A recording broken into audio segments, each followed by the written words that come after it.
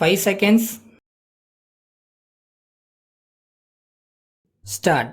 மாண்புமிகு பேரவை தலைவர் அவர்களே, இந்த ஆண்டிற்கான தொழில்துறை மற்றும் தகவல் தொழில்நுட்பவியல் துறை சம்பந்தப்பட்ட மானிய கோரிக்கைகள் மீது என்னுடைய கருத்துக்களை இந்த அவையிலே பதிவு செய்வதற்கான வாய்ப்பினை தந்த தங்களுக்கும் எங்களது சட்டமன்ற கட்சி தலைவர் அவர்களுக்கும் என்னுடைய நன்றியை சமர்ப்பித்துக் கொள்கின்றேன்.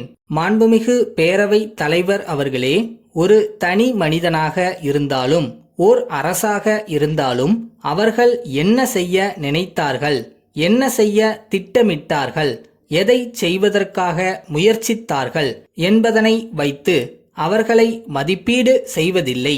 மாறாக அவர்கள் என்ன செய்தார்கள் என்பதை வைத்துத்தான் அவர்களுடைய செயல்பாட்டை நாம் மதிப்பிடுகின்றோம்.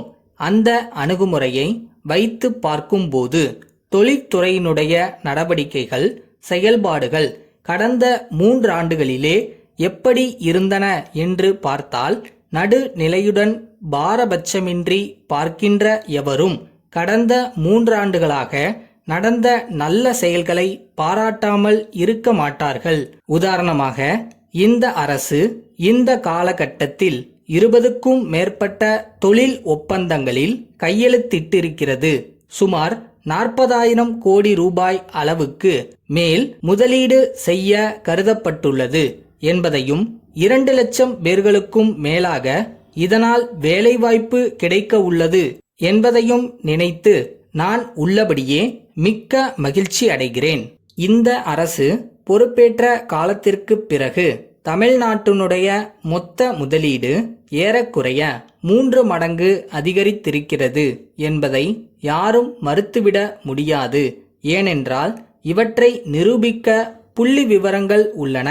மத்திய அரசு தயாரிக்கின்ற புள்ளி விவரங்கள், இந்தியாவில் இருக்கின்ற பல்வேறு தொழிற்கழகங்கள், வியாபார நிறுவனங்கள் போன்றவை செய்கின்ற ஆராய்ச்சியின் மூலமாக வெளியாகின்ற முடிவுகள் ஆகியவை இதனை நன்றாக தெளிவுபடுத்துகின்றன.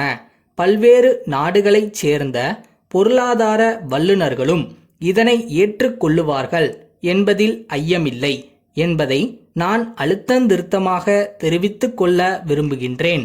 இந்த நேரத்திலே நம்முடைய துணை முதலமைச்சர் அவர்கள் தொழில்துறைக்கு பொறுப்பேற்றிருக்கிறார்கள். இந்த துறைக்கு பொறுப்பேற்ற உடனே பல்வேறு தொழிற்பேட்டைகளுக்கு அவர்களே நேரடியாக சென்றிருக்கிறார்கள்.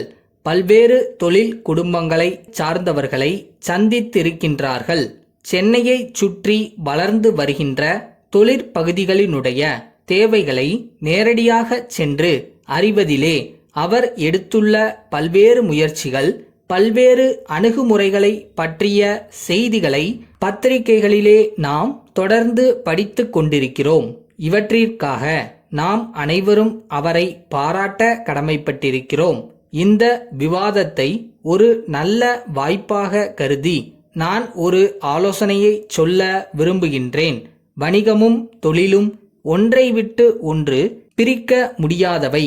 நம்முடைய மாநில அமைச்சரவையிலே வணிகத்திற்கென தனியே ஒரு அமைச்சர் அல்லது அமைச்சகம் இல்லாதது ஒரு பெரும் குறை என்று எண்ணுகிறேன். எனவே தற்போதுள்ள தொழில்துறைக்கு பொறுப்பான அமைச்சர் தொழில் மற்றும் வணிகத்துறை அமைச்சர் என்று அழைக்கப்பட வேண்டும். நம்முடைய மாண்புமிகு துணை முதலமைச்சர் அவர்களிடம் இன்னொன்றையும் நான் கேட்டுக்கொள்ள விரும்புகிறேன். துபாய், சிங்கப்பூர் போன்ற நாடுகளிலே நடத்தப்படுவது போன்று சென்னை அல்லது அதனை சுற்றியுள்ள பகுதிகளில் அரசு ஆதரவோடு வருடந்தோறும் ஒரு பெரிய வியாபார திருவிழா நடத்தினால் அதன் மூலமாக மாநிலத்திற்கு அதிக வருவாய் வரும், சுற்றுலா வளரும். அதன் அடிப்படையில் நமக்கு தேவைப்படுகின்ற பொருளாதார வளர்ச்சி கிடைக்கும் என்பதை நான் என்னுடைய ஆலோசனையாக தெரிவித்துக் கொள்ள விரும்புகின்றேன். நம்முடைய மாண்புமிகு துணை முதலமைச்சர் அவர்கள் அடுத்த ஆண்டு இதனை சோதனை அடிப்படையில் நடத்தி பார்த்தால் இதிலுள்ள பலன்களை நன்கு உணர முடியும் என்பதை தெரிவித்துக் கொள்கின்றேன். இத்துடன் வாய்ப்புக்கு நன்றி கூறி என் உரையை முடிக்கிறேன். வணக்கம்.